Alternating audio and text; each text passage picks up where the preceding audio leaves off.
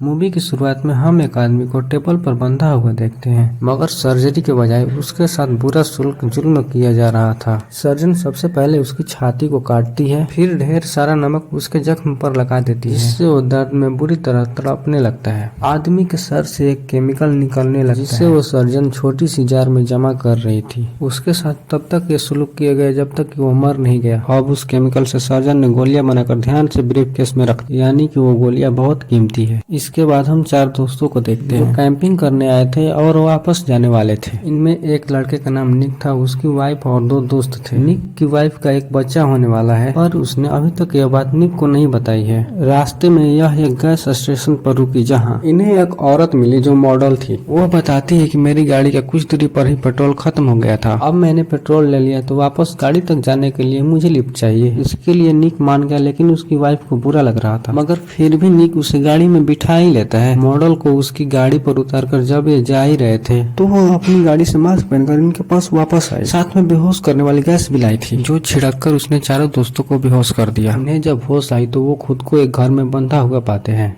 जिनके सामने 5 लोग और थे। वो भी आपस में दोस्त थे, जिनमें से एक का नाम सैम होता है। अब इससे पहले कि चारों कुछ समझ पाते, सैम का दोस्त जो बिजनेसमैन था उसने एक प्लास उठाया, जिससे वो निकी दोस्त का नाखून खेड़ देता है। ये देखकर निकी के दोस्त को बहुत गुस्सा आया, वो उठा और बिजनेसमैन को मारने लगता है और इस तरह उनकी लड़ाई शुरू हो गई। निक उनकी लड़ाई छुड़वाकर शांत करता है। तभी इन्हें पता चला कि ये सब एक ही कश्ती के मुसाफिर, मतलब किसी को यहाँ के बारे में कुछ नहीं पता। बिजनेसमैन बताता है कि मैंने उसका नाखून एक वीडियो की वजह से उखाड़ा है। कौन सी वीडियो, ये देखने के लिए सब ऊपर वाले कमरे में गए, जहाँ 22 घंटे का टाइमर चलना शुरू हो गया था। तभी स्क्रीन पर एक वीडियो चलने लगे। एक औरत इन सबका वेलकम करती है और कहने लगती है कि तुम सब लोगों की गर्दन पर एक डिवाइस लगी है जो तुम्हारे दिमाग से खास किस्म का केमिकल जमा केमिकल तभी निकलेगा जब तुम लोगों को दर्द होगा। तुम्हारे पास 22 घंटे का टाइमर के नीचे दिए गए 9 बार को 100% पूरा करना है, तभी तुम यहाँ से बाहर जा सकते हो, चाहे इसके लिए तुम्हें कुछ भी करना पड़े। दिए गए टाइम के अंदर अगर तुम ऐसा ना कर सके तो बाद में जो तुम्हारे साथ होगा वो तुम्हें पता चले जाएगा। यानी इनके साथ अब जो भी होने वाला है, मतलब दिमाग से केमिकल का निकालना, वो सब शुरुआत वाले सीन से जुड़ा हुआ है। अब यहाँ से बाहर निकलने के लिए, लाइन बार को पूरा करने के लिए, साथ साथ इनके गर्दन पर लगी छोटी सी जार को खास किस्म के केमिकल से भरना है। अब या तो एक दूसरे को ऐसे ही मारे या ग्रुप्स की शक्ल में एक दूसरे को तकलीफ दे, तभी इनका जार भर सकता है। ये लोग इस घर से भाग भी नहीं सकते क्योंकि ये पूरा घर लॉक्ड है। इन्होंने भाग कर देख भी लिया था, जिसमें ये नाकाम रहे। तो एक दूसरे को तकलीफ देने के अलावा इनके पास और कोई दूसरा रास्ता नहीं था। लेकिन इसके लिए सैम का एक दोस्त राजी नहीं था। वो बुरी तरह से घबरा गया था, इसलिए खुद ही गर्दन पर लगी डिवाइस को निकालने लगता है। ऐसा करने से उसे दर्द भी होता है, जिससे लाइन बार आगे बढ़ने लगता है। पर जैसे ही उसने डिवाइस को निकाला, मौके पर ही उसकी मौत हो गई। ऐसा होने से लाइन बार का परसेंटेज वापस से पीछे हो गई, क्योंकि उसके दिमाग से निकलने वाला केमिकल जाया हो गया और वो बिल्कुल 0 पर नहीं आया था, क्योंकि इसमें कुछ हिस्सा निक के दोस्त का भी था। जब उसका नाखून उखाड़ा गया था, अपने साथी को मरते हुए देखकर सभी काफी घबरा रहे थे। तभी सैम की एक दोस्त तारा, जो बहुत खुदगर्ज थी, कहती है कि तुम सब लड़के आपस में एक दूसरे को तकलीफ दो, हम लड़कियों को रहने दो। पर बिजनेसमैन कहता है कि नहीं, ऐसा नहीं होगा, कोई लड़का लड़की यहाँ नहीं देखा जाएगा, तकलीफ सबको सहनी पड़ेगी। तब सबसे पहले बिजनेसमैन तकलीफ सहने के लिए मान जाता है, क्योंकि वो यहाँ से जल्द निकलकर अपने बेटे के पास जाना चाहता है। इसलिए सब लोग उसे कुर्सी पर बिठाकर खूब पीटते हैं। 1 घंटा पीटने के बाद ये सभी लोग रुक जाते हैं। लाइन बार की परसेंटेज थोड़ी सी ऊपर 7% तक आई, लेकिन जाहिर है ये उनके लिए काफी नहीं थी, क्योंकि टाइम ज्यादा लगने के साथ साथ वो भी थक गए थे। बिजनेसमैन ने भी हालांकि ज्यादा मार खाई, लेकिन बार सिर्फ थोड़ा सा ऊपर गया। तो अब इन्हें आसान तरीका चाहिए था, जो वहाँ रखी औजार थी। इसमें टाइम और एनर्जी कम लगेगी, दर्द ज्यादा होगा तो बार तेजी से ऊपर जाने लगेगा। यह देखकर बिजनेसमैन को एहसास हुआ कि मैंने पहला नंबर लेकर गलती कर दी, क्योंकि सारे खतरनाक तरीके सबसे पहले मेरे ऊपर आजमाए जाएंगे। और ये लोग बिजनेसमैन को टेबल पर बांध देते हैं। जो तारा कर रही थी बहुत जालिम बनी हुई थी, वो सबसे पहले डंडे से खूब मारती है, फिर चाकू से उसके सारे नाखून काट देती है। इससे भी उसका दिल नहीं भरा तो वो उसके टांग पर चाकू मारकर उसके गोश्त निकालने लगती है। सिर्फ यही नहीं, अब पहले वो कहानी की शुरुआत में हम क्ले और अमांडा नाम के कपल को देखते हैं, जहां क्ले अपनी अभी आंखें खोल ही रहा होता है कि तभी वो देखता है कि अमांडा उसकी सामान को पैक कर रही होती है, क्योंकि उसने सीधा उठकर उनके लिए एक बीच बुक कर रखी थी जहां पर वो वेकेशन मनाने जा रहे थे। क्ले को कुछ समझ नहीं आ रहा था कि उसने ऐसा क्यों किया। जहाँ अमांडा को लोगों से नफरत थी, जहाँ पर वो थोड़ी टाइम के लिए उनके सारे कामकाज और पूरी दुनिया को छोड़कर जाना चाहती है। इसके अगले दिन बाद उनका पूरा परिवार बीच हाउस की तरफ जाने लगता है। है। उसके बाद हम क्ले और अमांडा के बेटे आरजू को देखते हैं, जिसके पास में उसकी बहन रोजी बैठी होती है, जो अपने आईपैड में प्ले नाम की एक शो देख रही होती है कि अचानक नेटवर्क ना होने की वजह से रुक जाता है। थोड़े टाइम ड्राइव करने के बाद वो बीच हाउस तक पहुंच जाते हैं और यहाँ हमारे कहानी का पहला पार्ट द हाउस शुरू होता है। वे घर में और क्ले को बहुत पसंद आता है, जहाँ पर वो उनके दोनों बच्चे को स्विमिंग पूल में एंजॉय करता देख बहुत खुश होते हैं। जिसके बाद क्ले उनकी गाड़ी में से कुछ और सामान लेने जाता है और उस वक्त वो उसके घर को और एक्सप्लोर करती है और उसके बाद एक पास वाले छोटे से टाउन में जाती है, जहाँ वो एक मॉल में से कुछ सामान लेकर गाड़ी में रखी रही होती है कि तभी वो बहुत ही एक अजीब आदमी को देखती है, जिसने बहुत सारा खाना और मेडिकल की चीजें ली थी। फिर जब वो वापस अपने घर आती है तो देखती है कि क्ले उनके लिए खाना बना रहा था, जहाँ पर अमांडा कहती है कि बच्चे बीच में जाने के लिए कर रहे हैं और क्ले जल्दी से तैयार हो जाता है और उन सबको ड्राइव करके एक बीच में ले जाता है, जहाँ अम्ब्रेला के नीचे बैठे हुए थे, जहाँ पर आरजू और रोजी समुद्र के पास टहल रहे थे कि तभी रोजी उनसे दूर एक बड़े टैंकर को देख लेती है। यहाँ पर आए उनके बीच थोड़ी देर हुई थी, लेकिन रोजी अभी भी उसी टैंकर को देख रही थी। जहाँ अमांडा उसे बुलाती है तो रोजी ही कह देती है कि मेरे पास आ जाओ। जहाँ अमांडा देखती है तो वो उनके बहुत ही नजदीक आ गया था और वे क्ले को यह बताती है तो क्ले कहता है कि जल्दी और रुक जाएगा, लेकिन वो उनकी तरफ बढ़ता ही रहता है, जिसे देखकर वो वहाँ से भागने लगते हैं। जहाँ पर वो टैंकर बीच में आकर रेत में दब जाता है, जिसके बाद वो वहाँ से घर जाने लगते हैं। जहाँ पर अमांडा इस इंसिडेंट के बारे में और भी जानना चाहती है, लेकिन उसके लैपटॉप में नेटवर्क नहीं था, जहाँ क्लियर कहता है कि टीवी भी काम नहीं कर रहा है। तभी अमांडा को उसके गार्डन में कुछ हिरन दिखते हैं, जहाँ देखकर क्ले कहता है कि ये अच्छी किस्मत की निशानी है। उसके बाद वो दोनों मिलकर डिनर बनाते हैं और शाम को वो दोनों साथ में डिनर करते हैं। जहाँ आरजी और रोजी सो रहे थे। तभी अमांडा और क्ले जंगल नाम के खेल को खेल रहे होते हैं। तभी अमांडा को कुछ आवाज सुनाई देती है और तभी उसके दरवाजे को कोई खटखटाता है, जहाँ पर ये दोनों डर जाते हैं। इसलिए क्ले एक स्टैचू को लेकर दरवाजा को खोलता है। तो दोस्तों मूवी की शुरुआत होती है एक लड़के डोंग से, जो कि अपनी जिंदगी वाटर कैप की नौकरी करके और रात में एक बॉडीगार्ड बनकर बिता रहा था। तभी उसे पता चला कि बूढ़े अंकल अपनी नौकरी छोड़कर थाईलैंड जा रहे हैं, इसलिए उनकी जगह पर अब डोंग को काम करना होगा। तब वह भी अपने छोटे से टीवी में फाइटिंग देखने लगा। तब अचानक से एक लड़की ने अपने संतरे उसके हाथ में दे दिए। तब डोंग चौंक गया कि यह कौन है लड़की जिसने मेरे हाथ में संतरे दे दिए। लेकिन जैसे ही वो कुछ बोला तो उल्टा लड़की जैनी भी चौंक गई कि वह कौन है। असल में वह लड़की देख नहीं सकती थी और तो और वह रोज उन्हीं बूढ़े अंकल के साथ रोज टीवी देखा करती थी, जो कि आज ही यहाँ से नौकरी छोड़कर थाईलैंड चले गए हैं। यह बात लड़की को पता नहीं होती है, इसलिए वह चौंक जाती है। इसी के साथ एक्सपीरियंस इंट्रोड्यूसिंग से जब यह बात जॉनी को पता चली तो वह अपने संतरे अपने हाथ में लेकर वहाँ से निकल पड़ी। जहाँ बाहर ज्यादा काफी बारिश हो रही थी, इसलिए डोंग अपने फिर से केबिन में लेकर उस लड़की को आता है, जहाँ वह अपना फेवरेट ड्रामा देखने लगा। खैर अब जब लड़की यहाँ से जा रही थी तो डोंग को कुछ खाने के लिए देती है। साथ ही वो बोली कि जैस्मिन प्लांट को अच्छे से पानी देते रहना जैसे अंकल देते थे। यह क्या करूं? जिसके बाद डोंग ने बॉक्सिंग क्लब का एड्रेस लिया और अपने ड्यूटी खत्म करने के बाद वापस घर पहुंचा, जहां अपने साथ साथ अपने पालतू कछुओं को भी खाना खिलाया, जो कि काफी देर से भूखा था। अब अगली सुबह जब पता चला कि कस्टमर एग्जीक्यूटिव तौर पर काम करती है, जहाँ उसका बॉस उसे अच्छी तरह से पेश नहीं आता है, वह लड़की अपनी इस नौकरी से बहुत ज्यादा परेशान हो चुकी थी। वह इस नौकरी को छोड़ना चाहती थी। डोंग अपना पुराना बॉक्सिंग क्लब पहुंचा, जहां वो फाइट करना शुरू करता है एक लड़के के साथ। इन दोनों की भी इस फाइट को देखकर इस कंपनी का ओनर उन दोनों को बुलाकर समझाता है कि देखो बेटा, इसे काम नहीं करते हैं। और इतना कहते कहते ही वो बॉस इस दोनों पर बहुत ज्यादा गुस्सा आ जाता है, जिसके बाद इन दोनों को बहुत ज्यादा डांटता है और कहता है कि अगर तुम दोनों को यहाँ ट्रेनिंग लेनी होगी तो मेरे इस बात को मानना होगा, जो कि डोंग इस बात को नहीं मानता है और बॉस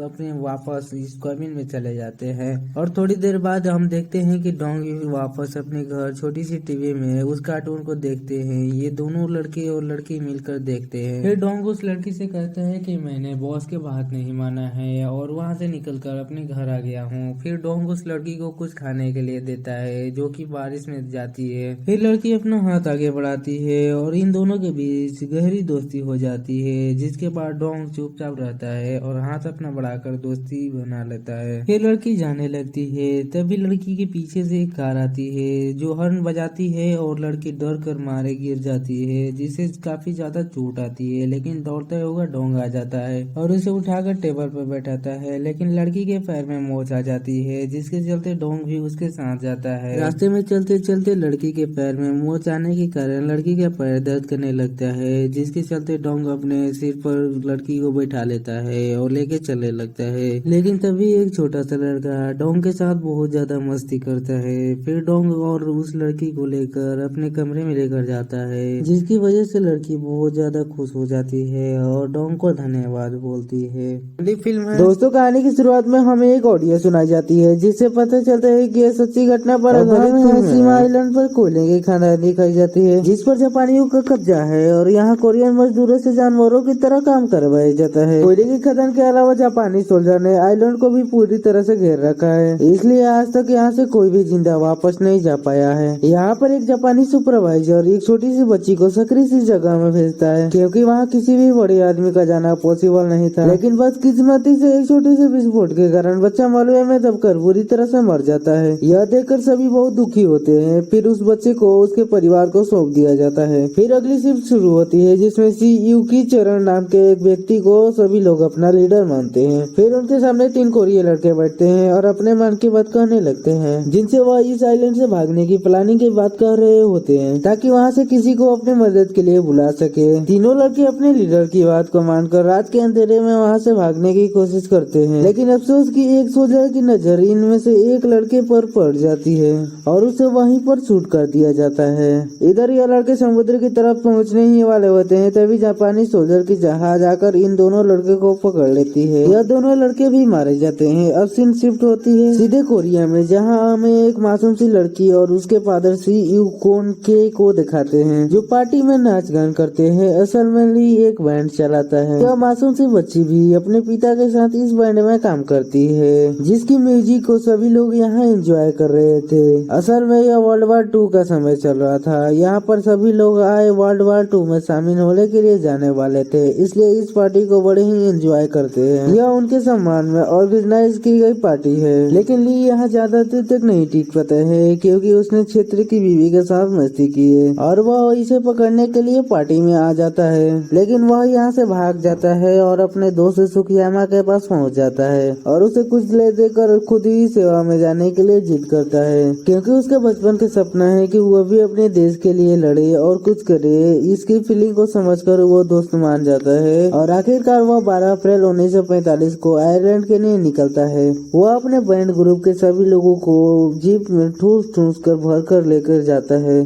तो दोस्तों मूवी की शुरुआत होती है एक लड़के डोंग से, जो कि अपनी जिंदगी वाटर कैप की नौकरी करके और रात में एक बॉडीगार्ड बनकर बिता रहा था। तभी उसे पता चला कि बूढ़े अंकल अपनी नौकरी छोड़कर थाईलैंड जा रहे हैं, इसलिए उनकी जगह पर अब डोंग को काम करना होगा। तब वह भी अपने छोटे से टीवी में फाइटिंग देखने लगा। तब अचानक से एक लड़की ने अपने संतरे उसके हाथ में दे दिए। तब डोंग चौंक गया कि यह कौन है लड़की जिसने मेरे हाथ में संतरे दे दिए। लेकिन जैसे ही वो कुछ बोला तो उल्टा लड़की जैनी भी चौंक गई कि वह कौन है। असल में वह लड़की देख नहीं सकती थी और तो और वह रोज उन्हीं बूढ़े अंकल के साथ रोज टीवी देखा करती थी, जो कि आज ही यहाँ से नौकरी छोड़कर थाईलैंड चले गए हैं। यह बात लड़की को पता नहीं होती है, इसलिए वह चौंक जाती है। इसी के साथ एक्सपीरियंस इंट्रोड्यूसिंग से जब यह बात जॉनी को पता चली तो वह अपने संतरे अपने हाथ में लेकर वहाँ से निकल पड़ी। जहाँ बाहर ज्यादा काफी बारिश हो रही थी, इसलिए डोंग अपने फिर से केबिन में लेकर उस लड़की को आता है, जहाँ वह अपना फेवरेट ड्रामा देखने लगा।